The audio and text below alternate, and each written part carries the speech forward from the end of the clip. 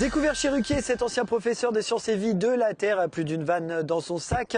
Et ces personnages qu'elle campe avec brio témoignent d'un imaginaire drôle et forcément décalé. Outre le grand point virgule à Paris et bientôt Bobino, elle sera en spectacle le 23 avril avec Constance à Montigny-le-Bretonneux. Voici Nicole Ferroni dans le kiosque. Attention. Action.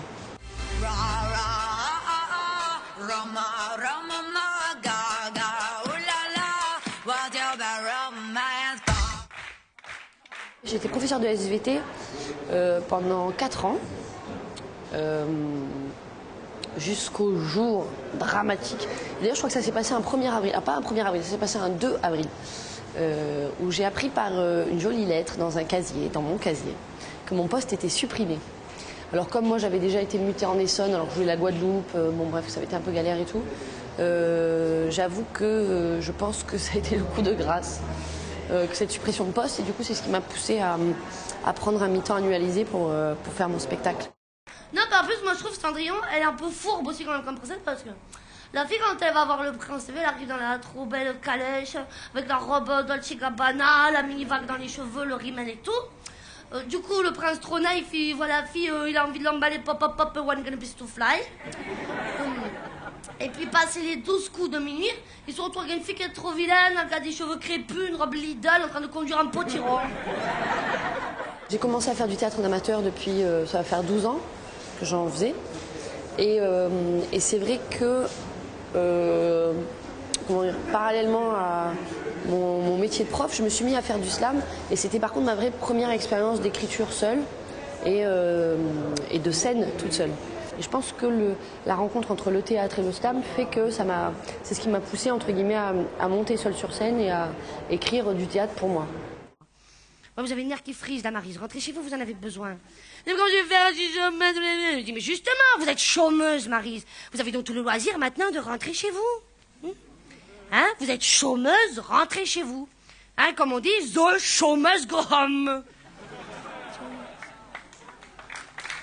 Le fait que je me sois mise à l'humour d'abord préférentiellement en termes de seule en scène, c'est un peu lié au fait que comme je suis de nature, on va dire, rigolote dans la vie, je crois que les gens de toute façon m'attendaient sur ça. Enfin les gens, mes amis on va dire, même ma famille. Et que je me suis de toute façon pas sentie de présenter quelque chose de sérieux parce que c'était pas... je l'aurais pas assumé. Le pendant que ça a eu, c'est que par contre je me suis sentie obligée d'être drôle tout le temps. Et en fait c'était pas non plus la bonne solution parce que j'ai des passages de mon spectacle qui sont pas forcément drôles et que ça il fallait que je l'assume aussi. Mon metteur en scène il m'a vachement aidé à me cadrer en me disant bah non ça cette partie de texte là t'as écrit un truc pas drôle tant pis quoi donc joue-le si tu dois le jouer sincèrement joue-le sincèrement et du coup c'est vrai que c'est vrai que du coup mon spectacle c'est pas non plus un spectacle où on rigole tout le temps quoi. C'est un spectacle où j'espère qu'on rit parce que c'est quand même le but mais c'est pas, je pense, un truc à la vanne avec une phrase, un rire, quoi, on va dire. Je donne peut-être pas envie de venir, du coup, mais... Qui de l'œuf ou de la poule est apparu le premier? Je vois que beaucoup n'ont pas répondu à la question. Hein? J'espère que cela ne pense pas que c'est le coq, parce que si les hommes étaient capables d'un temps soit peu d'initiative, je crois que ça se sort. Le fait que je fasse Ruquier en parler du spectacle a peu changé le spectacle. Parce que justement, j'ai vraiment voulu mettre une frontière, c'est même pas une frontière quoi, mais un mur bien solide entre la scène et la télé. C'est-à-dire que j'ai pas cherché à mettre des bouts de mon spectacle à l'émission de Ruquier et j'ai pas cherché à mettre des sketchs que j'avais écrits pour Ruquier dans mon spectacle. Après, je dis pas que maintenant, vu tout ce que j'ai écrit, il y a peut-être des choses que je réussirais mais dans un deuxième spectacle, mais en tout cas celui-là, non, il a pas bougé. La seule chose que ça a fait évoluer, peut-être, c'est que je me suis retrouvée du coup devant un public qui n'était pas celui initialement prévu. C'est-à-dire que du coup, j'ai pas mal de gens, enfin, pas mal, je pense que 80% des gens qui viennent voir mon spectacle viennent me voir parce qu'ils m'ont vu à la télé. Du coup, il y a un certain décalage entre ce que je présente quand même en sketch et ce que je fais en spectacle. Du coup, ça m'a obligée notamment à resserrer mon spectacle, c'est-à-dire à couper des longueurs, je veux pas dire pour lui donner un côté plus télé, mais pour peut-être éviter des fois le côté trop théâtral qui pouvait perdre ces gens-là. Là, au tout début. Une poule! Ah. Eh ouais, je suis désolée. Hein. Je sais que très souvent, le partisan de l'œuf est déçu. Non, au tout début, c'est la poule qui est apparue. Hein. Et puis ensuite, tout le reste, les autres animaux, les mouches, les crocodiles.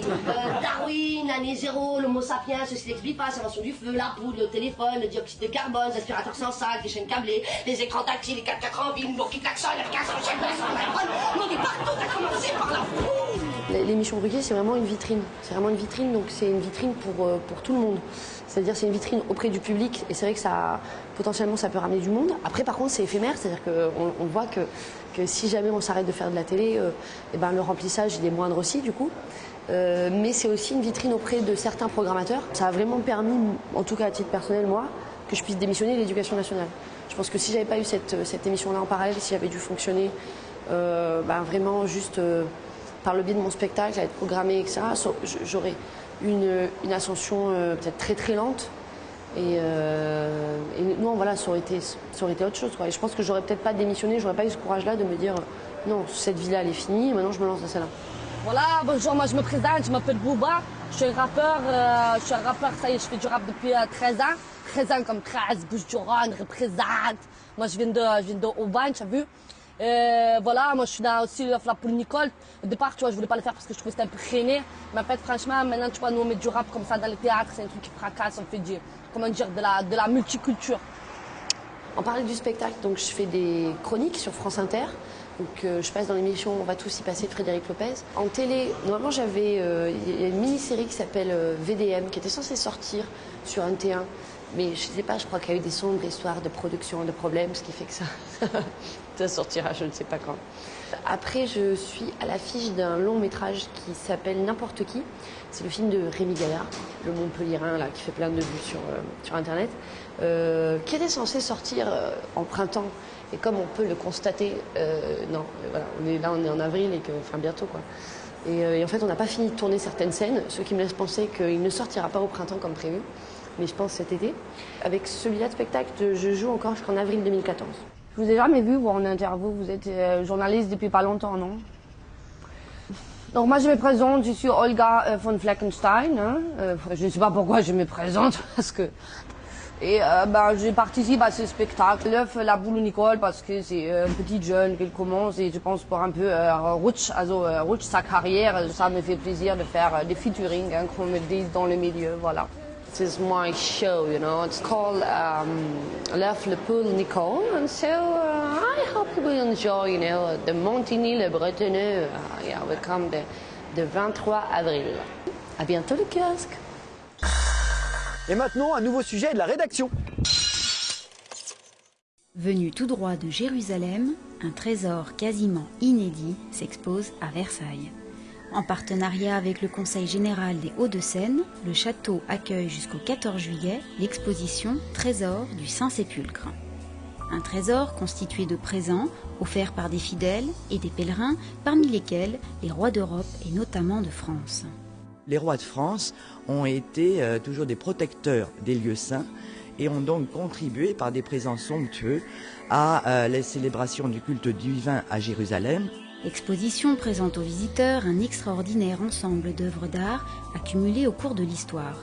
Des pièces d'orfèvrerie ou des vêtements liturgiques d'exception sont à découvrir parmi plus de 250 chefs-d'œuvre inconnus et restaurés à cette occasion. Parce que ce trésor, sans être véritablement caché, parce qu'il n'y avait pas volonté de le cacher, n'était pas visible, puisqu'il était dans les sacristies du couvent de Saint-Sauveur à Jérusalem, au Saint-Sépulcre, à Bethléem, un peu aussi à Nazareth, à Ain-Karem, donc dispersés. Et là, ça a été donc l'occasion de les étudier, bien sûr, de les restaurer aussi, puisque tous ces objets ont servi, servent encore. Donc voir les objets, c'est extraordinaire, mais c'est aussi les remettre dans le contexte, et c'est-à-dire expliquer la fonction des pièces. L'exposition se prolonge à la maison de Chateaubriand. 9 peintures y sont présentées, complétant ainsi le projet, tant artistique qu'historique.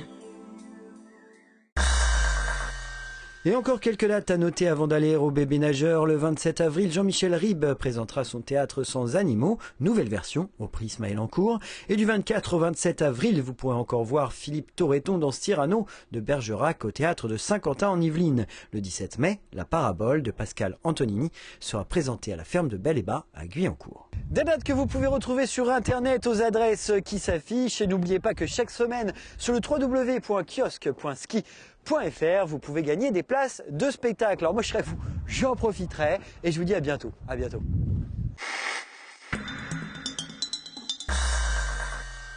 Le cash, c'est de la balle.